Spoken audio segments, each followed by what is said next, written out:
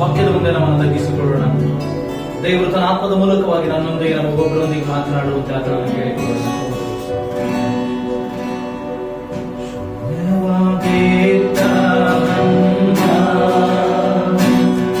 ದೂರಕ್ಕೆ ದೂರದಷ್ಟು ಮಾಡಿ ನನ್ನ ಕರೆದರು ನಿನ್ನ ಕೃಪೆಯಲ್ಲವೇ ವಶವಾಗಿದ್ದ ನನ್ನ ದೂರಕ್ಕೆ ದೂರದಷ್ಟು ಮಾಡಿ ದೂರನೆಂದು ನನ್ನ ಕರೆದರು ನಿನ್ನ ಕೃಪೆಯಲ್ಲವೇ ಗಣನೆಗೆ ಬಾರದಂತ ನನ್ನ ಗಣನೆಯ ಮಾಡಿತು ನಿನ್ ಕೃಪೆ. ಗಣನೆಗೆ ಬಾರದಂತ ನನ್ನ ಗಣನೆಯ ಮಾಡಿತು ನಿನ್ ಕೃಪೆ. ಕೃಪೆ ಕೃಪೆ ಕೃಪೆ ಯೇಸು ಅಪ್ಪ ಎಲ್ಲ ನಿನ್ನ ಕೃಪೆ. ಕೃಪೆ ಕೃಪೆ ಕೃಪೆ ಯೇಸು ಅಪ್ಪ ಎಲ್ಲ ನಿನ್ನ ಕೃಪೆ. ನನ್ನ ಜೀವನ ಸಾಗುತ್ತಿರುವುದು ನನ್ನ ಬಲದಿಂದಲ್ಲ, ಆ ಮಣ್ಣಲ್ಲಿರದೆ ಉಸಿರಾಡುವುದು ನನ್ನ ಸಾಮರ್ಥ್ಯದಿಂದಲ್ಲ. ನನ್ನ ಜೀವನ ಸಾಗುತ್ತಿರುವುದು ನನ್ನ ಬಲದಿಂದಲ್ಲ, ಆ ಮಣ್ಣಲ್ಲಿರದೆ ಉಸಿರಾಡುವುದು ನನ್ನ ಸಾಮರ್ಥ್ಯದಿಂದಲ್ಲ. ಗಣನೆಗೆ ಬಾರದಂತ ನನ್ನ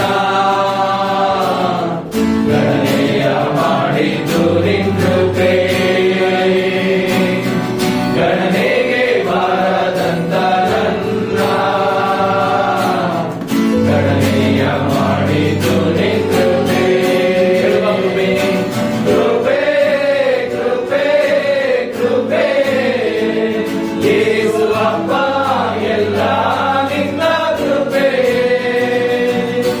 ಕೃಪೆ ಕೃಪೆ ಕೃಪೆ ಯೇಸು ಅಪ್ಪ ಎಲ್ಲ ನಿನ್ನ ಕೃಪೆ. ನನ್ನ ಕುಟುಂಬ ನೆಮ್ಮದಿಯಾಗಿರುವುದು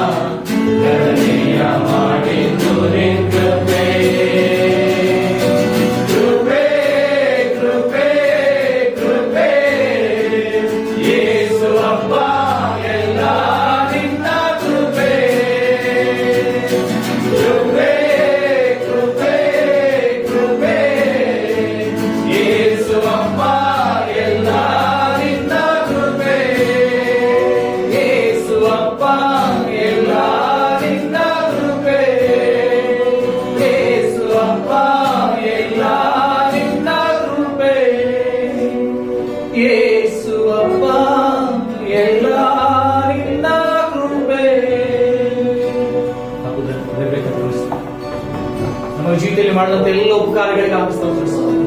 ನಮ್ಮ ಬಲ, ಶಕ್ತಿ, ತಲಾಂತರದ ಸ್ವಾಮಿ, ನಮ್ಮ ಕುಟುಂಬ ಸಾಗುತ್ತಿರುವುದು, ನಮ್ಮ ಜೀವನ ಸಾಗುತ್ತಿರುವುದು ಅದರಿಂದ ಕೃಪೆಯಿಂದಲೇ ಮತ್ತೆ ಯಾವುದರಿಂದ ಅಲ್ಲ ಸ್ವಾಮಿ. ನೀನು ಕೊಟ್ಟಂತ ಕೆಲಸ ಕಾರ್ಯಗಳು, ನೀನು ಕೊಟ್ಟಂತ ಕುಟುಂಬಗಳು, ನೀನು ಕೊಟ್ಟಂತ ಗಂಡನನ್ನ, ಹೆಂಡತಿಯನ್ನ, ಮಕ್ಕಳನ್ನ, ದೇವರ ಎಲ್ಲಾ ಕೃಪೆ ಸ್ವಾಮಿ. ನಮ್ಮದು ಯಾವುದಲ್ಲ ಕರ್ತನೆ.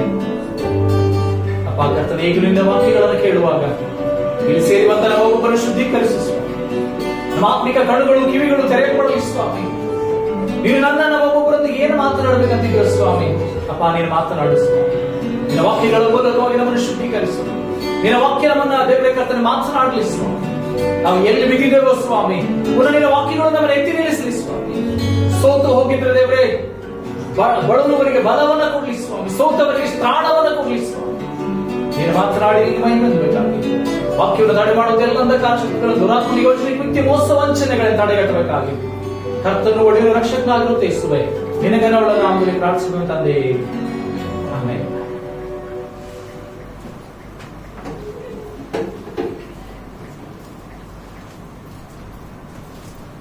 ಯೆಹೋಶುವನ ಪುಸ್ತಕ 24ನೇ ಅಧ್ಯಾಯ 14ನೇ ವಚನ. Joshua chapter 24 verse 14.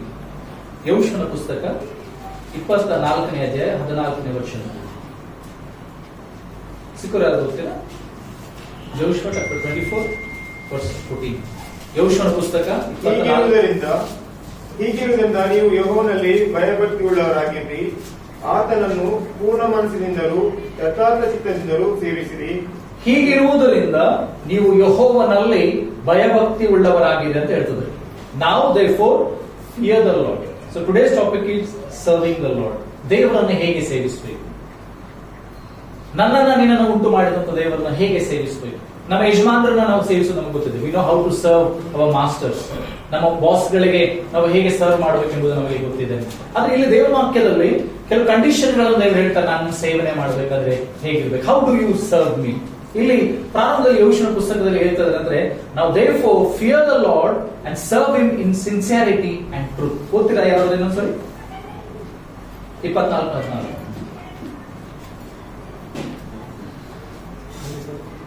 ಜೋಶುವ 24:14. ಅದೇ ವಚನ.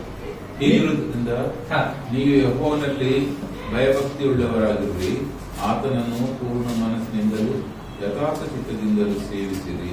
ಪೂರ್ಣ ಮನಸ್ಸಿನಿಂದಲೂ ಯಥಾರ್ಥ ಚಿತ್ತದಿಂದಲೂ ಸೇವಿಸಿರಿ ಎಂಬುದಾಗಿ. ಅಂದ್ರೆ ಪೂರ್ಣ ಮನಸ್ಸಿನಿಂದಲೂ, full heart, full mind, full soul you should serve him ಎಂಬುದಾಗಿ. ಅರ್ಧಂಬರ್ಧ ಅಲ್ಲ, ಮತ್ತೆ ಬದಲಾಗಿ ಅಂದ್ರೆ ಪರಿಪೂರ್ಣವಾಗಿ ಎಂಬುದಾಗಿ ದೇವರ ವಾಕ್ಯ ಹೇಳ್ತಾರೆ. ಅದಕ್ಕೋಸ್ಕರ ದೇವರ ವಾಕ್ಯದಲ್ಲಿ ನೋಡ್ತಿದ್ರೆ, ನಿನ್ನ ಕರ್ತನಾಗಿರುವಂತಹ ಯೆಹೋವನನ್ನ ಪೂರ್ಣ ಬುದ್ಧಿ, ಪೂರ್ಣ ಶಕ್ತಿ, ಪೂರ್ಣ ಪ್ರಾಣದಿಂದಲೂ ಪ್ರೀತಿಸಬೇಕು ಎಂಬುದಾಗಿ ದೇವರ ವಾಕ್ಯ ಹೇಳ್ತಾರೆ. ಹಾಗಾದ್ರೆ ನನ್ನ ದೇವರ ಸೇವೆಯನ್ನು ನಾನು ಮಾಡಬೇಕಾಗಿದ್ರೆ ನನ್ನಲ್ಲಿ ಪರಿಪೂರ್ಣತೆ ಇರಬೇಕು. There should be fullness. ದೇವರ ವಾಕ್ಯ ಹೇಳ್ತದಂದ್ರೆ, ದೇವರು ತನ್ನ ಮಗನನ್ನು ಕೊಡುವುದರ ಮೂಲಕವಾಗಿ he has given all his fullness to us. ಅಲ್ಲಿ ದೇವರ ವಾಕ್ಯ ಹೇಳ್ತದೆ, ದೇವರು ಲೋಕವನ್ನೆಲ್ಲ ಪ್ರೀತಿ ಮಾಡಿ ಏನಂತಂದ್ರೆ ತನ್ನ ಒಬ್ಬನೇ ಮಗನನ್ನ ಕೊಟ್ಟನು ಎಂಬುದಾಗಿ. God gave himself.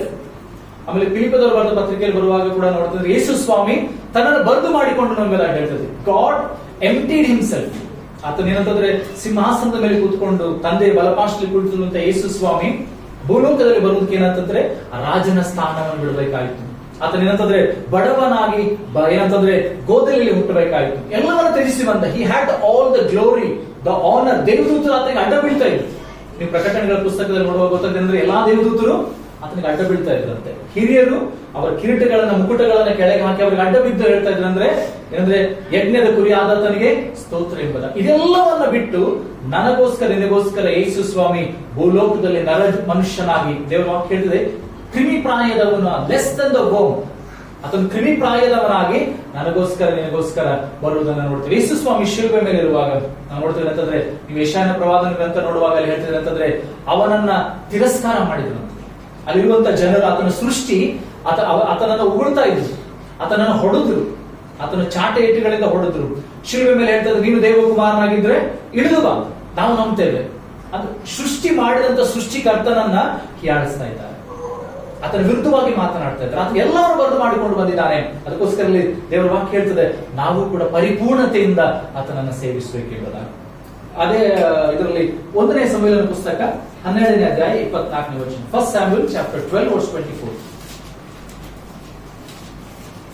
ನೀವಾದರೂ ಯೆಹೋವನಲ್ಲಿ ಭಯಭಕ್ತಿ ಉಳ್ಳವರಾಗಿದ್ದು ಆತನು ನಿಮಗೋಸ್ಕರವಾಗಿ ಮಾಡಿದ ಮಹತ್ಕಾರ್ಯಗಳನ್ನು ನೆನೆಸಿಕೊಂಡು ಆತನನ್ನು ಸತ್ಯದಿಂದಲೂ ಪೂರ್ಣ ಮನಸ್ಸಿನಿಂದಲೂ ಸೇವಿಸುತ್ತಾ ಬರಬೇಕು. ದೇವರು ನನಗೆ ನಿನಗೆ ಮಾಡಿದ ಅದ್ಭುತಗಳಿಗೋಸ್ಕರವಾಗಿ, ಆತನು ಮಾಡಿದ ಉಪಕಾರಗಳಿಗೋಸ್ಕರವಾಗಿ ನಾವೇನ್ ಮಾಡ್ಬೇಕಂದ್ರೆ ಆತನನ್ನ ಸೇವಿಸಬೇಕು. ಇವತ್ತು ನಾನು ನೀನು ಬದುಕಿರುವಂತದ್ದು ದೇವರ ವಾಕ್ಯ ಹೇಳ್ತಂದ್ರೆ we are alive because of the grace of God. ನಾವು ಇನ್ನು ಬದುಕಿ ಉಳಿದಿರುವಂತದ್ದು ದೇವರ ಕೃಪೆ. ಇವತ್ತು ಹಾಡುಗಳನ್ನು ಹಾಡುವಾಗಲೂ ಕೂಡ ಎಲ್ಲ ಕೃಪೆ ಬಗ್ಗೆ. ಹಾಗಾದ್ರೆ the grace, because of that grace we are living. ಇವತ್ತು ದೇವರು ನನಗೆ ನಿನಗೆ ಕೃಪೆಯನ್ನು ಕೊಟ್ಟಿದ್ದಾನೆ ಅಂತಂದ್ರೆ it is because of his grace. ಇಲ್ಲ ಹೋದ್ರೆ ನಾವು ಯಾರು ಬೆಳಿಗ್ಗೆ ಹೇಳ್ತೇವೋ ಗೊತ್ತಿಲ್ಲ, ರಾತ್ರಿ ಎಲ್ಲ ರೆಡಿ ಮಾಡಿ ಇಟ್ಕೊಳ್ತೇವೆ, ನಾಳೆಗೋಸ್ಕರ ಐರನ್ ಮಾಡಿ ಸ್ನಾನ ಮಾಡಿ ಎಲ್ಲ ರೆಡಿ ಆಗಿರ್ತೇವೆ, ಅದು ಬೆಳಿಗ್ಗೆ ಹೇಳ್ತೇವೋ ಗೊತ್ತಿಲ್ಲ. ಆದ್ರೆ ನಾವು ಬೆಳಿಗ್ಗೆ ಹೇಳುವಾಗ ಏನಂತಂದ್ರೆ it's because of his grace. ಒಂದು ದಿವಸವನ್ನ ದೇವರು ನನ್ನ ನಿನ್ನ ಜೀವಿತದಲ್ಲಿ ಕೊಟ್ಟಿದ್ದಾನೆ ಅಂತಂದ್ರೆ it's because of his grace. ಇವತ್ತು ಅನೇಕ ಜನರು ಕಾಣದೆ ಹೋಗಿದ್ದಾರೆ, ಅದು ಇವತ್ತು ದೇವರು ನನಗೆ ನಿನಗೆ ಆ ಸಮಯವನ್ನು ಕೊಟ್ಟಿದ್ದಾನೆ, ಆ ಕೃಪೆಯನ್ನು ಕೊಟ್ಟಿದ್ದಾನೆ. ಅನೇಕ ತಮ್ಮ ಕುಟುಂಬಗಳನ್ನು ಕಳೆದುಕೊಂಡಿದ್ದಾರೆ, ಮಕ್ಕಳನ್ನು ಕಳೆದುಕೊಂಡಿದ್ದಾರೆ, ಗಂಡ ಹೆಂಡತಿಯನ್ನು ಕಳೆದುಕೊಂಡಿದ್ದಾರೆ, ಕೆಲಸಗಳನ್ನು ಕಳೆದುಕೊಂಡಿದ್ದಾರೆ, ಏನೆಲ್ಲ ಅವರ ಜೀವಿತದಲ್ಲಿ ನಡೀತಾ ಇದೆ. But because of God's grace we are still living. ಪ್ರತಿ ದಿವಸ ಆತನನ್ನ ಸೇವಿಸಬೇಕು. ಬೆಳಿಗ್ಗೆ ಎದ್ದ ತಕ್ಷಣ we should praise God, telling that God we are thankful for what you have done in our life. ಅನೇಕ ಸಾರಿ ನಾವು ಗುಂಡ್ಬಿಡ್ತೇವಲ್ಲ, ನಮ್ಮ ಲೈಫ್ ಅಲ್ಲಿ ನಡೆಯುವಂತ situation we come to a position, ಏನಪ್ಪಾ ನನ್ನ ಜೀವಿತದಲ್ಲಿ ಹಿಂಗ್ ಮಾಡ್ತೇನೆ, ಯಾಕೆ ನಾನೇ ಒಬ್ಬನೇ ಸಿಕ್ಕಿದ್ದಾನೆ ನನಗೆ, ಯಾಕೆ ಬೇರೆ ಲೋಕದಲ್ಲಿ ಯಾರು ಇಲ್ವಾ, ನಾನು ಇಷ್ಟು ಪ್ರಾರ್ಥನೆ ಮಾಡ್ತೇನೆ, ನಾನು ಇಷ್ಟು ದಿನ ವಾಕ್ಯಗಳನ್ನು ನೋಡ್ತೇನೆ, ಯಾಕೆ ನಮ್ಗೆ ಇದಾಗಬೇಕು? ಅನೇಕ ಸಾರಿ ನಮ್ಗೆ ಪ್ರಶ್ನೆ ಬರ್ತದೆ, ಯಾಕೆ, ವೈ ಗಾಡ್? ಅದ್ರ ದೇವರು ವಾಕ್ಯ ಹೇಳ್ತದೆ ಅಂತಂದ್ರೆ ನಾನು ನೀನು ನಂಬೋದಕ್ಕಿಂತ ಹೆಚ್ಚಾಗಿ ದೇವರು ನನ್ನ ನಿನ್ನ ಮೇಲೆ ನಂಬಿಕೆ ಇಟ್ಟಿದ್ದಾನೆ. ದೇವ್ರಿಗೆ ಗೊತ್ತುಂಟು ನನ್ನ ಮಗನಿಗೆ ಮಕ್ಕಳಿಗೆ ಕಷ್ಟ ಕೊಟ್ರೆ ಇದನ್ನ ಆತ ದಾಟಿ ಮುಂದೆ ಹೋಗ್ತಾನೆ. ಆಮೇಲೆ ಕಷ್ಟಗಳು ಬರುವಾಗ ನಮಗೆ ಜಯ ಬಂದಿದೆ. ಕಷ್ಟಗಳು ಬಂದ್ರೆ it is not our end. ಕಷ್ಟಗಳು, ಟ್ರಿಬ್ಯುಲೇಷನ್ಸ್ಗಳು, ಸೋಲುಗಳು ಬರುವಾಗ there is a victory ahead. ನಾವು ನೋಡ್ತೇವೆ ಅಂದ್ರೆ ಇಸ್ರಾಯೇಲ್ ಜನರು ಹೋಗ್ತಾ ಇದ್ದಾರೆ, ಹಿಂದುಗಡೆ ಫರೋನ ಸೈನ್ಯ ಬೆನ್ನಟ್ಕೊಂಡು ಬರ್ತಾ ಇದೆ, ಮುಂದುಗಡೆ ಕೆಂಪು ಸಮುದ್ರ, ಎರಡುಗಡೆ ಮರಣಗಳು. ಸಮುದ್ರದಲ್ಲಿ ಹೋದ್ರೂ ಕೂಡ ಮರಣ, ಫರೋನ ಸೈನ್ಯ ಕೊಂದ್ರೂ ಕೂಡ ಮರಣ. ಆದ್ರೆ ದೇವರ ವಾಕ್ಯದಲ್ಲಿ ನಾವು ನೋಡ್ತೇವೆ ಅಂತಂದ್ರೆ ದೇವರು ಬಿರುಗಾಳಿಯನ್ನು ಬೀಸಿ ಎರಡು ಭಾಗ ಮಾಡಿದಂತೆ ಒಣ ನೆಲದ ಮೇಲೆ ಅವ್ರು ನಡ್ಕೊಂಡು ಹೋದ್ರು. ನೋಡ್ರಿ ಎಂತ ಅದ್ಭುತ. It is because of God's grace.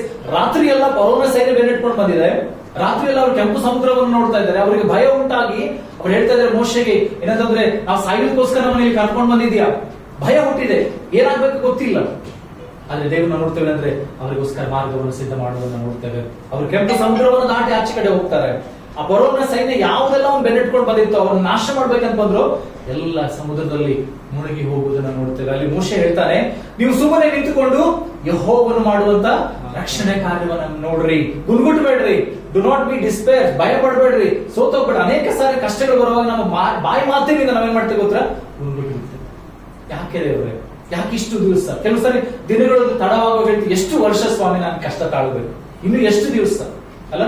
ದೇವರ ವಾಕ್ಯ ಹೇಳ್ತಿದೆ ಅಂತಂದ್ರೆ ಇಸ್ರಾಯೇಲ್ ಜನರಿಗೆ ಘಟ್ಟ ಇಳಿದು ಆ ಕಡೆ ಹೋಗ್ಬೇಕಿದೆ. ಇದು ನಮ್ ಕತೆ ಎಲ್ಲ ಗೊತ್ತಿದೆ. 12 ಜನರು ಹೋಗಿದ್ರು, ಗೂಢಾಚಾರ ಹೋಗಿ ಅವ್ರ ಹಣ್ಣುಗಳನ್ನೆಲ್ಲ ತೆಗೆದುಕೊಂಡು ಬಂದು ತೋರಿಸಿದ್ರು. ಏನಂದ್ರೆ ಇಷ್ಟು ದೊಡ್ಡ ಹಣ್ಣುಗಳಿದೆ, ಫಲವತ್ತಾದ ಭೂಮಿ ಇದೆ, ಎಲ್ಲ ಇದೆ, ನಾವೇನ್ ಮಾಡ್ಬೇಕು, ಘಟ್ಟ ಇಳಿದು ಆಚೆ ಹೋಗ್ಬೇಕು ಅಷ್ಟೇ. ಬೆಟ್ಟ ಹತ್ಬೇಕು, ಆ ಬೆಟ್ಟ ಹತ್ಬೇಕು. ನಮ್ಮ ಜೀವಿತದಲ್ಲಿ ಏನಾದ್ರೂ ನಾವು ಅಚೀವ್ ಮಾಡ್ಬೇಕಂದ್ರೆ ಬೆಟ್ಟ ಹತ್ಲೇಬೇಕು. ಅಂದ್ರೆ ಕಷ್ಟದಿಂದಲೇ ಸುಖಕ್ಕೆ ಬರ್ತೇವೆ. ಈಗ ನಾವು ರೈತನನ್ನ ನೋಡುವಾಗ ಸೀದಾ ಫಾರ್ಮರ್, ಅವನು ಬೆಳಿಗ್ಗೆ ಹೋಗ್ತಾನೆ, ನೆಲವನ್ನು ಉಳ್ತಾನೆ, ಎಲ್ಲವನ್ನು ಸ್ವಚ್ಛ ಮಾಡಿ ಬೀಜವನ್ನು ಹಾಕ್ತಾನೆ, ಮಳೆಗೋಸ್ಕರ ಕಾಯ್ತಾನೆ. ಮಳೆ ಬಂದ ಮೇಲೆ ಸುಗ್ಗಿ ಕಾಲದಲ್ಲಿ ಸಂತೋಷ ಪಡ್ತಾನೆ. ಅದಕ್ಕೋಸ್ಕರ ದೇವರ ವಾಕ್ಯ, ಅಳುತ್ತಾ ಬಿತ್ತುವವರು ಹರ್ಷಿಸುತ್ತಾ ಸಿವುಡುಗಳನ್ನ ಒಯ್ಯುವರು. ಇವತ್ತು ನೀವು ಅಳುತ್ತಾ ಇರ್ಬೋದು, ಇವತ್ತು ನಾವು ದುಃಖ ಪಡ್ತಾ ಇರ್ಬೋದು, ಇವತ್ತು ನಾವು ಗೋಳಾಡ್ತಾ ಇರ್ಬೋದು, ಆದ್ರೆ ಒಂದು ಸಮಯ ಉಂಟು ನಮಗೆ ಹರ್ಷದಲ್ಲಿ ಹೋಯ್ತದೆ. ದೇವರ ವಾಕ್ಯ ಹೇಳ್ತಿರ್ತಂದ್ರೆ ಬೂದಿಗೆ ಬದಲಾಗಿ ಶಿರೋಭೂಷಣ, ದುಃಖಕ್ಕೆ ಬದಲಾಗಿ ಆನಂದ ತೈಲವನ್ನು ದೇವರು ಕೊಡ್ತಾನೆ. ಹಾಗಾದ್ರೆ ನನ್ನ ನಿನ್ನ ಪ್ರಯಾಸಗಳಲ್ಲಿ ಸೋಲಿಲ್ಲ. ವಾಟ್ ಎವರ್ ವಿ ಡೂ, ದೇವರ ಹೆಸರಿನಲ್ಲಿ ಏನೆಲ್ಲ ಮಾಡ್ತೇವೆ, ಇವತ್ತಿಲ್ಲ ನಾಳೆ ಜಯ ಬರ್ತದೆ. ಸೋಲು ಕಂಡ್ರು ಕೂಡ ಅದರಿಂದ ಕಲಿತೇವೆ, ಮುಂದೆ ಹೋಗ್ತೇವೆ. ಇಲ್ಲಿ ಹೇಳ್ತಿದ್ದಾರೆ ಅಂದ್ರೆ ದೇವರು ಮಾಡಿದ ಕಾರ್ಯಗಳಿಗೋಸ್ಕರ ಆತನನ್ನು ಸೇವಿಸು. ಮತ್ತೆ ಮುಂದೆ ನೋಡಿ, ಡಿಟೋನಮಿ ಚಾಪ್ಟರ್ 6 verse 13, ಧರ್ಮೋಪದೇಶ ಕಾಂಡ 6ನೇ ಅಧ್ಯಾಯ 13ನೇ ವಚನ.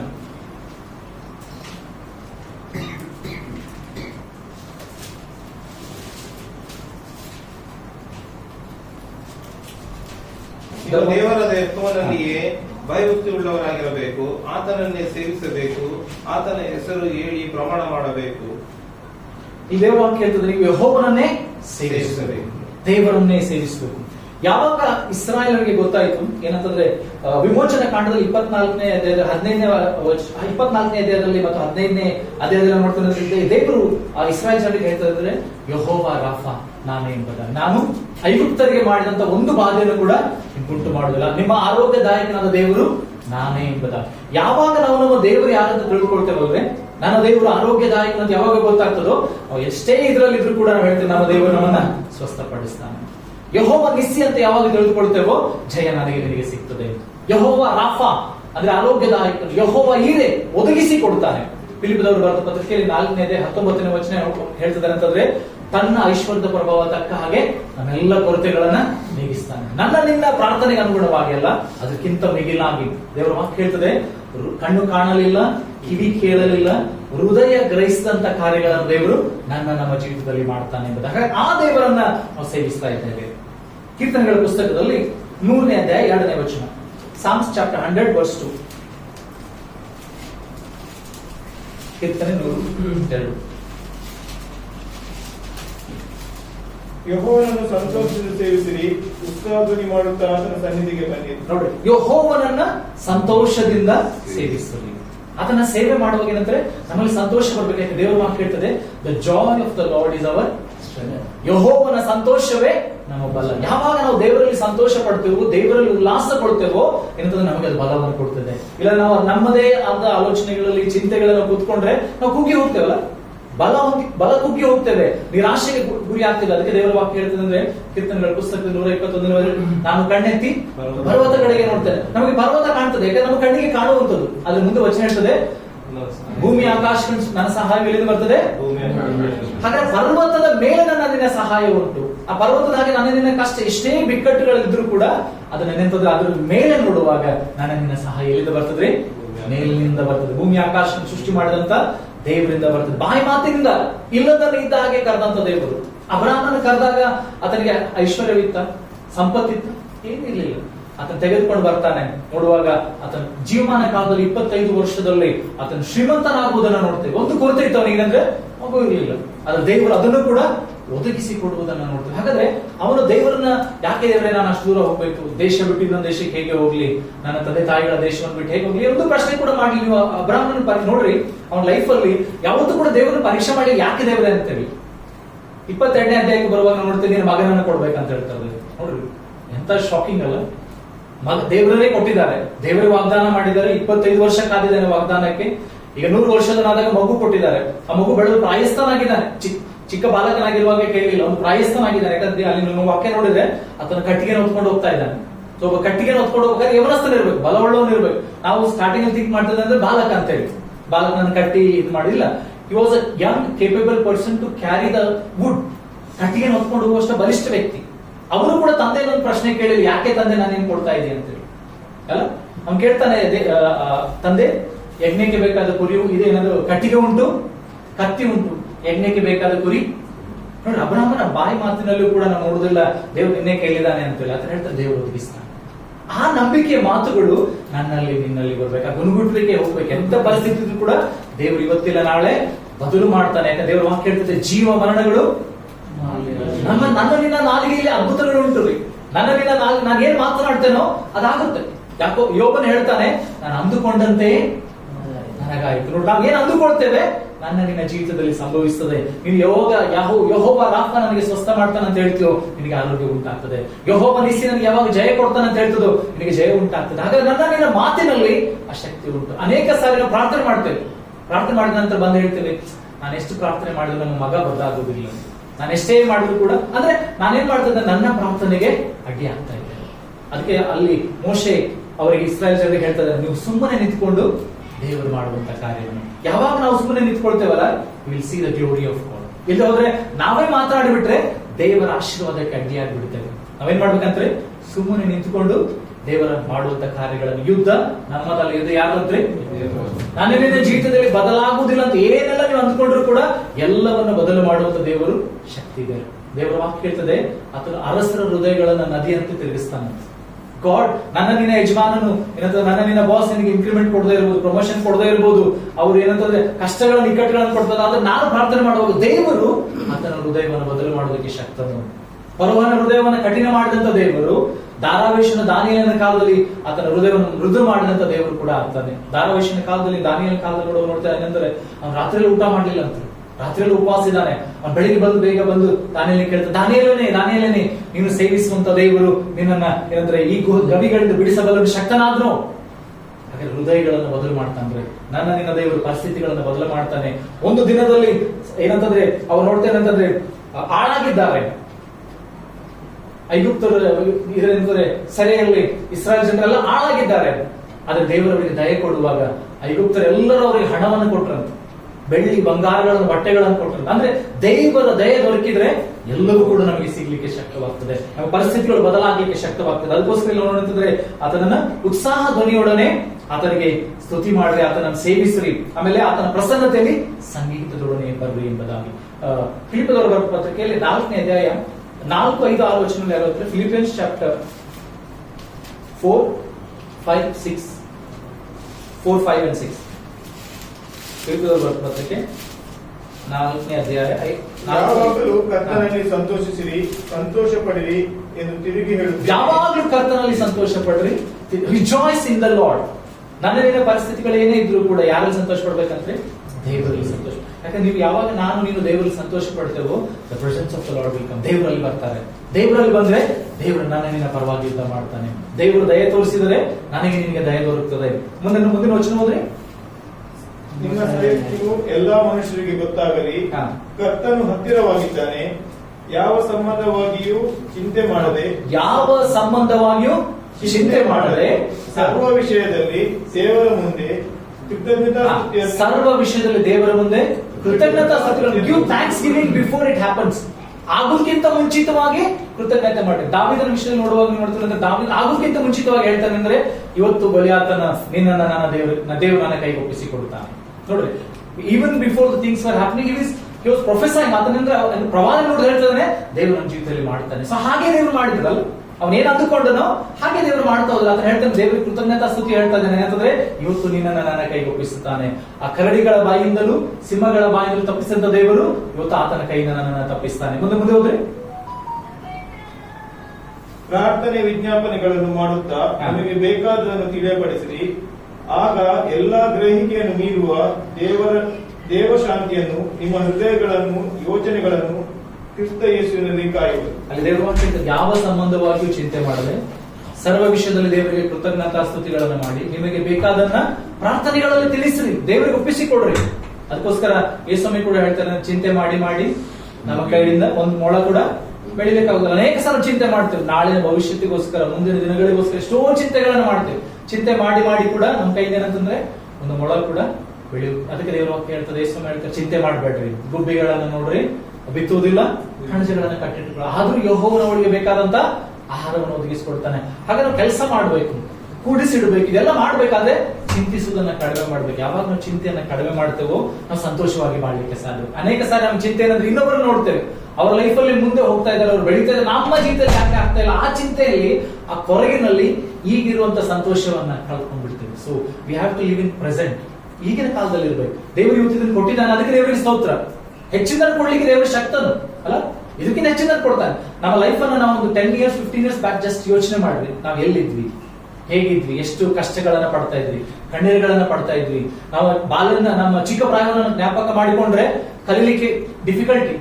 ಈಗೆಲ್ಲ ಟ್ಯೂಷನ್ ಉಂಟು, ಎಲ್ಲ ಉಂಟು. ಅವಾಗ ಬಟ್ಟೆ ಹಾಕೊಳ್ಳಿಕ್ಕೆ ಕಷ್ಟ, ಬಟ್ಟೆ ಇರ್ಲಿಲ್ಲ. ಶೂಸ್ ಇದ್ರೆ ಅದನ್ನ ಹೊಲ್ಕೊಂಡು ಹೋಗ್ಬೇಕು, ಬ್ಯಾಗ್ ಇದ್ರೆ ಅದಿದ್ರೆ ಅದನ್ನ ಹೊಲ್ಕೊಂಡು ಹೋಗ್ಬೇಕು. ಏನೆಲ್ಲ ಕಷ್ಟಗಳನ್ನ ಪಟ್ಟು ಬಂದಿಲ್ಲ. ಆದ್ರೆ ಈಗ ನಮ್ಮ ಮಕ್ಕಳನ್ನ ಲೈಫ್ ಅಲ್ಲಿ ನೋಡುವಾಗ ದೇವರೆಷ್ಟು ಸಂತೋಷವನ್ನು ಕೊಟ್ಟಿದ್ದಾನೆ. ಅವರಿಗೆ ನಾವು ಬ್ಯಾಗ್ಗಳನ್ನು ಕೊಡಿಸ್ಲಿಕ್ಕೆ ಶಕ್ತಿ ದೇವರು ಕೊಟ್ಟಿದ್ದಾನೆ, ಅಲ್ಲಿ ಬುಕ್ಸ್ ಗಳನ್ನ ಕೊಡಿಸ್ಲಿಕ್ಕೆ, ಕಲಿಸ್ಲಿಕ್ಕೆ, ಒಳ್ಳೆ ಇಂಗ್ಲಿಷ್ ಮೀಡಿಯಂ ಅಲ್ಲಿ ಕಲಿಸ್ಲಿಕ್ಕೆ ದೇವರು ಸಾಮರ್ಥ್ಯವನ್ನು ಕೊಟ್ಟಿದ್ದಾನೆ. ದೇವರು ಆ ಸ್ಥಿತಿಯಿಂದ ನಮ್ಮನ್ನು ಪಾರು ಮಾಡಿದ್ದಾನೆ ಅಲ್ಲ. ಹಿಂದಿದ್ದ ಪರಿಸ್ಥಿತಿ ಇವತ್ತು ನಮ್ಮ ಲೈಫ್ ಅಲ್ಲಿ ಯಾರಿಗೂ ಇಲ್ಲ, ಹೌದಾ? ಮೇಲೆ ಬಂದಿದೆ ಹೊರತು ಹಿಂದ್ಗಡೆ ಹೋಗಿಲ್ಲ. ಹಾಗಾದ್ರೆ ದೇವರು ಇದಕ್ಕಿಂತ ನಮ್ಮನ್ನು ಮೇಲೆ ಕರ್ಕೊಂಡು ಹೋಗ್ತಾನೆ ಹೊರತು ಕೆಳಗೆ ಕರ್ಕೊಂಡು ಹೋಗೋದಿಲ್ರಿ. ಒಂದು ಮಾತ್ರ ಖಂಡಿತ ಖಚಿತ ಅಂದ್ರೆ ನಿನ್ನ ದೇವರು ನಮ್ಮ ಅಭಿವೃದ್ಧಿಗೆ ನಡೆಸ್ತಾನೆ. ಏನಂತಂದ್ರೆ ಯೋಹಾನನ ಪುಸ್ತಕದಲ್ಲಿ 10ನೇ ಅಧ್ಯಾಯ 10ನೇ ವಚನ ಹೇಳ್ತದೆ, ಕಳ್ಳನ ಕದ್ದುಕೊಳ್ಳೋದಕ್ಕೂ ಕೊಲ್ಲೋದಕ್ಕೂ ನಾಶ ಮಾಡೋದಕ್ಕಾಗಿ ಬರ್ತಾನೆ, ನಾನಾದ್ರೂ ಅವುಗಳಿಗೆ ಜೀವ ಇರ್ಬೇಕಂತಲೂ ಸಮೃದ್ಧಿಯಾಗಿರ್ಬೇಕಂತ, ಲೈಫ್ ಅಬಂಡೆಂಟ್. ನಿನ್ನ ಲೈಫ್ ಅಲ್ಲಿ ದೇವರ ಅಬಂಡೆನ್ಸ್ ಕೊಡ್ಬೇಕಂತ ಬಂದಿದ್ದಾನ್ರಿ. ಸೊ ನಿನ್ನ ಲೈಫ್ ಅಲ್ಲಿ ಇಂಥ ದೇವರನ್ನ ನಾವು ಸೇವೆ ಮಾಡ್ತಾ ಇದ್ದೇವೆ. ಕೊನೆಯ ವಚನಗಳನ್ನ ನಾನು ಓದಿಕೊಳ್ತೀನಿ. ಕೀರ್ತನೆಗಳ ಪುಸ್ತಕದಲ್ಲಿ 2ನೇ ಅಧ್ಯಾಯ 11ನೇ ವಚನ. Psalms chapter 2. ಯೆಹೋವನನ್ನು ಭಯಭಕ್ತಿಯಿಂದ ಸೇವಿಸಿರಿ, ನಡುಗುತ್ತಾ ಉಲ್ಲಾಸ ಪಡಿರಿ. ಯೆಹೋವನನ್ನ ಭಯಭಕ್ತಿಯಿಂದ ಸೇವಿಸಿರಿ, ಆಮೇಲೆ ನಡುಗುತ್ತಾ ಅದರಲ್ಲಿ ಉಲ್ಲಾಸ ಪಡ್ರಿ. ಕೊನೆಯದಾಗಿ ಯೆಹೋಶುವನ ಪುಸ್ತಕದಲ್ಲಿ 24ನೇ ಅಧ್ಯಾಯ 15ನೇ ವಚನ. Joshua chapter 24 verse 15. ಯೆಹೋವನನ್ನು ಸೇವಿಸುವುದು ನಿಮಗೆ ಸರಿ ಕಾಣದಿದ್ದರೆ ಯಾರನ್ನು ಸೇವಿಸಬೇಕೆಂದಿದ್ದೀರಿ? ಈ ಹೊತ್ತೆ ಆರಿಸಿಕೊಳ್ಳಿರಿ. ನಿಮ್ಮ ಪೂರ್ವಿಕರು ಯೂಫ್ರೆಟಿಸ್ ನದಿಯ ಆಚೆಯಲ್ಲಿ ಸೇವಿಸುತ್ತಿದ್ದ ದೇವತೆಗಳು, ಈ ದೇಶದ ಮೂಲ ನಿವಾಸಿಗಳಾದ ಅಮೋರಿಯರ ದೇವತೆಗಳು, ಹೇಳಿರಿ, ನಾನು ನನ್ನ ಮನೆಯವರು ಯೆಹೋವನನ್ನೇ ಸೇವಿಸುವೆ. ಒಂದು ತೀರ್ಮಾನ ಮಾಡ್ತಾ ಇದ್ದಾರೆ ಯೆಹೋಶುವ, ಏನಂತಂದ್ರೆ ನೀವೇನ್ ಮಾಡ್ತೀರೋ ನನಗೆ ಗೊತ್ತಿಲ್ಲ, ಆದ್ರೆ ನಾನು ನನ್ನ ಕುಟುಂಬ ಯೆಹೋವನನ್ನ ಸೇವಿಸ್ತೇವೆ. ನಾವೆಲ್ಲ ನಿಂತುಕೊಂಡು ಕಣ್ಣನ್ನು ಮುಚ್ಚಿಕೊಳ್ಳೋಣ. ಈ ಸಮಯದಲ್ಲಿ ನಾವು ದೇವರಿಗೆ ನಾವು ಒಪ್ಪಿಸಿಕೊಳ್ಳೋಣ.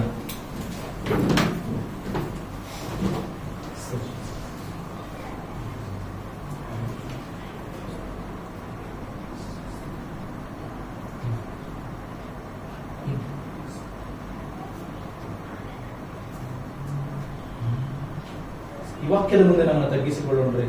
ಸ್ವಲ್ಪ ಸಮಯ ನಾವು ಯೋಚನೆ ಮಾಡೋಣ. ನಾವು ಅನೇಕ ಸಾರಿ ಏನಂತಂದ್ರೆ ದೇವರ ವಿರುದ್ಧವಾಗಿ ಮಾತನಾಡುತ್ತೇವೆ, ಗುಣಗುಡ್ತೇವೆ, ಅನೇಕ ಸಾರಿ ದೇವರಿಗೆ ಪ್ರಶ್ನೆಗಳನ್ನ ಕೇಳ್ತೇವೆ. ಒಂದು ಕಡೆ ವಾಕ್ಯ ಇರ್ತದೆ, ಅದನ್ನು ಕುಂಬಾರನ ನಾವು ಜೇಡಿ ಮಣ್ಣಾಗಿದ್ದೇವೆ, ಮಣ್ಣು ಹೇಗೆ ಕುಂಬಾರನ ಪ್ರಶ್ನೆ ಮಾಡ್ಲಿಕ್ಕೆ ಸಾಧ್ಯ ಎಂಬುದಾಗಿ. ಅದನ್ನು ಸೃಷ್ಟಿಕರ್ತನು ನನ್ನ ಜೀವಿತದಲ್ಲಿ ದೇವರ ವಾಕ್ಯ ಹೇಳ್ತಾರೆ, ಅದನ್ನು ಹಿತದ ಆಲೋಚನೆಗಳನ್ನ ಮಾಡ್ತಾನೆ ಹೊರತು ಅಹಿತದ ಆಲೋಚನೆಗಳಲ್ಲ. ನನ್ನ ಕುರಿತಾಗಿ ಅದನ್ನು ಮಾಡುವಂತ ಆಲೋಚನೆ ಹಿತದ ಆಲೋಚನೆಗಳು ಹೊರತು ಅಹಿತದ ಆಲೋಚನೆಗಳಲ್ಲ. ನಮ್ಮನ್ನು ಕಟ್ಟುವಂತ ಆಲೋಚನೆಗಳು ಹೊರತು ಕೆಡುವುದಕ್ಕಾಗಿ ಅಲ್ಲ. ಹತ್ತಿರವೇರು ಓ ಯೇಸುವೇ, ನಾನಿನ್ನನು ಬಿಟ್ಟು ಬಾಳಲಾರೆನು. ಹತ್ತಿರವೇರು ಓ ಯೇಸುವೇ, ನಾನಿನ್ನನು ಬಿಟ್ಟು ಬಾಳಲಾರೆನು. ನಂಬಿಕೆಯಿಂದ ಹೇಳುವ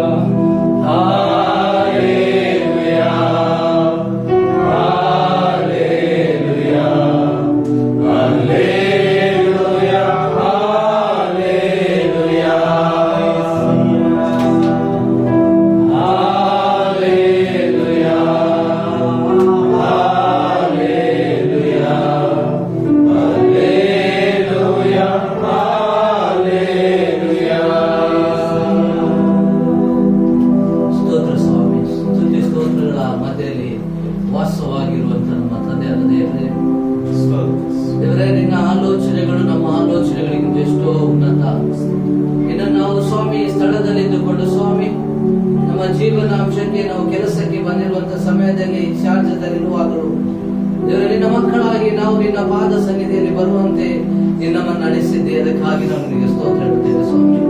ಅಲ್ಪರು ಅಯೋಗ್ಯರು ಗಣನೆಗೆ ಬಾರದಂತ ನಮ್ಮನ್ನು ದೇವರೇ, ನಮ್ಮ ಜೀವಿತದಲ್ಲಿ ಎಲ್ಲವೂ ಶೂನ್ಯವಾಗಿರುವಾಗ, ಎಲ್ಲವೂ ಕ್ರಮವಿಲ್ಲದೆ ಇರದಾಗ, ಎಲ್ಲವೂ ಬರಿದಾಗಿದ್ದಾಗ, ಎಲ್ಲವೂ ಕತ್ತಲಾಗಿದ್ದಾಗ ಸ್ವಾಮಿ, ನಮ್ಮ ಜೀವಿತದಲ್ಲಿ ನೀನು ನಮಗೋಸ್ಕರ ಬೆಳಕಾಗಿ ಬಂದಿಯಪ್ಪ. ನೀನು ನಮಗೋಸ್ಕರ ಮಾರ್ಗವಾದಿಯಪ್ಪ. ನಿನ್ನ ಜೀವವನ್ನೇ ನಮಗೆ ಕೊಟ್ಟಿಯಪ್ಪ. ನೀನು ನಮ್ಮನ್ನು ಎಷ್ಟು ಪ್ರೀತಿ ಮಾಡಿದ್ದೆ. ಅದಕ್ಕಾಗಿ ನಾವು ನಿನಗೆ ಸ್ತೋತ್ರ ಹೇಳುತ್ತೇವೆ ಸ್ವಾಮಿ. ಈಗಲೂ ಕೂಡ ವಾಕ್ಯದ ಮೂಲಕ ನಮ್ಮನ್ನು ಎಚ್ಚರಿಸಿದ್ಯಪ್ಪ. ನಾವು ಕೇಳುತ್ತೇವೆ ಸ್ವಾಮಿ ವಾಕ್ಯಗಳನ್ನು, ಆದ್ರೆ ನಿನ್ನೊಂದಿಗೆ ಆ ಸಂಬಂಧದಲ್ಲಿ ಇರುವಂತಹ ಸಮಯಗಳಲ್ಲಿ ಅನೇಕ ಅಡೆತಡೆಗಳು ಹೇಳಿದಂತೆ ಸ್ವಾಮಿ, ಅನೇಕ ಬೆಟ್ಟ ಗುಡ್ಡಗಳು ನಮ್ಮ ಮುಂದೆ, ಅದನ್ನು ದಾಟುವಂತ ಯೋಗ್ಯತೆ ನಮ್ಮಲ್ಲಿಲ್ಲಪ್ಪ. ನಾವೊಂದು ಹೆಜ್ಜೆ ಹಾಕುವಾಗಲೇ ನಮ್ಗೆ ಸಾಕು ಎಂಬುದಾಗಿ ಸೈತಾನನ ಅನೇಕ ಅಡೆತಡೆಗಳನ್ನು ತರುತ್ತಾನೆಪ್ಪ. ಆದ್ರೆ ನೀನು ಬಯಸುವಂತದಪ್ಪ, ಅಬ್ರಾಹ್ಮನು ನಿನ್ನೊಂದಿಗೆ ಇದ್ದುಕೊಂಡು ನಿನ್ನೊಂದಿಗೆ ನಡೆದನಪ್ಪ. ನಮ್ಮ ಜೀವಿತವು ಕೂಡ ಅದೇ ಆಗ್ಬೇಕೆಂಬುದಾಗಿ ನೀನು ಬಯಸ್ತೀಯಲ್ಲಪ್ಪ. ಇನ್ನು ನಮ್ಮನ್ನು ನಾವು ನಿನಗೆ ಬಿಟ್ಟು ಕೊಡುವಂತೆ ಸ್ವಾಮಿ, ಈ ವಾಕ್ಯದ ಮುಂದೆ ನಮ್ಮನ್ನು ನಾವು ಪರೀಕ್ಷಿಸಿಕೊಳ್ಳುವಂತೆ ನಮ್ಮನ್ನು ನೀನು ಎಚ್ಚರಿಸು. ನಾವು ನಿನ್ನನ್ನು ನಮಗೆ ಎಲ್ಲ ಸಿಕ್ಕಿದಾಗ ಮಾತ್ರ ನಾವು ಸಂತೋಷದಿಂದ ನಿನ್ನನ್ನು ಸೇವಿಸಿದೆವೋ, ಅಥವಾ ನಮಗೆ ಬರುವಂತ ಕಷ್ಟಗಳಲ್ಲಿ, ನಮಗೆ ಬರುವಂತ ದುಃಖಗಳಲ್ಲಿ ನಮಗೆ ಯಾರೂ ಇಲ್ಲ, ನನಗಿದ್ದವರೆಲ್ಲರೂ ಬಿಟ್ಟು ಹೋದಾಗ ನಾವು ನಿನ್ನನ್ನು ಆರಾಧಿಸಿದ್ದೇವೆ ಎಂಬ ಪ್ರಶ್ನೆಗೆ ನಮ್ಮನ್ನು ನಿನ್ನ ಕಡೆಗೆ ತಿರುಗುವಂತೆ ನಮ್ಮನ್ನು ಎಚ್ಚರಿಸಿಕೊಳ್ಳಲು ದೇವರೇ, ನಮ್ಮನ್ನು ನಮ್ಮ ಶುದ್ಧ ಹೃದಯಗಳನ್ನು ಪರೀಕ್ಷೆ ಮಾಡುವಂತೆ ಕೃಪೆ ಕೊಡಿ ಸ್ವಾಮಿ. ದೇವರೇ, ನಮಗೋಸ್ಕರ ನೀನು ಈಗಲೂ ಕೂಡ ತಂದೆ ಬಲಗಡೆಯಲ್ಲಿ ಇದ್ದುಕೊಂಡು ಬೇಡುವವನಾಗಿದೆಯಲ್ಲಪ್ಪ. ನಮಗೋಸ್ಕರ ಬೇಡುವವನಾಗಿರುವುದಾದ್ರೆ ಅದು ನೀನೊಬ್ಬನೇ ಅಪ್ಪ. ಈಗಲೂ ಕೂಡ ಈ ವಾಕ್ಯದಲ್ಲಿ ನಾವು ಏನನ್ನು ಕೇಳಿದ್ದೇವೆ ಸ್ವಾಮಿ, ಅದನ್ನು ಇಲ್ಲಿಗೆ ನಾವು ಬಿಟ್ಟು ಬಿಡದೆ ಕರ್ತನೆ, ನಮ್ಮ ಜೀವನದಲ್ಲಿ ದೇವರ ನೀನು ಕೊಟ್ಟಂತ ಎಲ್ಲ ಆಶೀರ್ವಾದಗಳಿಗೆ ಮೇಲೂ ಅದು ನೀನೊಬ್ಬನೇ ಎಂಬುದಾಗಿ ತಿಳಿದುಕೊಂಡು ಅದನ್ನು ನಾವು ಮುಂದೆ ಬರುತ್ತಾ ನಿನಗಾಗಿ ಜೀವಿಸುವಂತೆ ನಮ್ಮೆಲ್ಲರೂ ನಡೆಸು. ವಾಕ್ಯ ಭಾಗವನ್ನು ಕೊಟ್ಟಂತ ಸೇವಕನನ್ನು ಕೂಡ ನಿನ್ನ ಬಾಯಾಗಿ ನೀನು ಉಪಯೋಗಿಸಿದೆಯಪ್ಪ ದೇವರ. ಆ ಬಾಯಿ ಹೌದು ಸ್ವಾಮಿ, ಹೇಳುವಂತ ಹೆಬ್ಬಾಯಿ ಕತ್ತಿಯಾಗಿದೆ ದೇವರ, ಅದು ನಮ್ಮೊಂದಿಗೆ ಮಾತನಾಡಿದೆ ದೇವರ. ಅದು ನಮ್ಮನ್ನು ಸ್ವಾಮಿ ಸಂಪೂರ್ಣವಾಗಿ ನಿನ್ನ ಹಸ್ತದ ಆವರಣದಲ್ಲಿ ನಮ್ಮನ್ನು ಒಪ್ಪಿಸಿಕೊಳ್ಳುವಂತೆ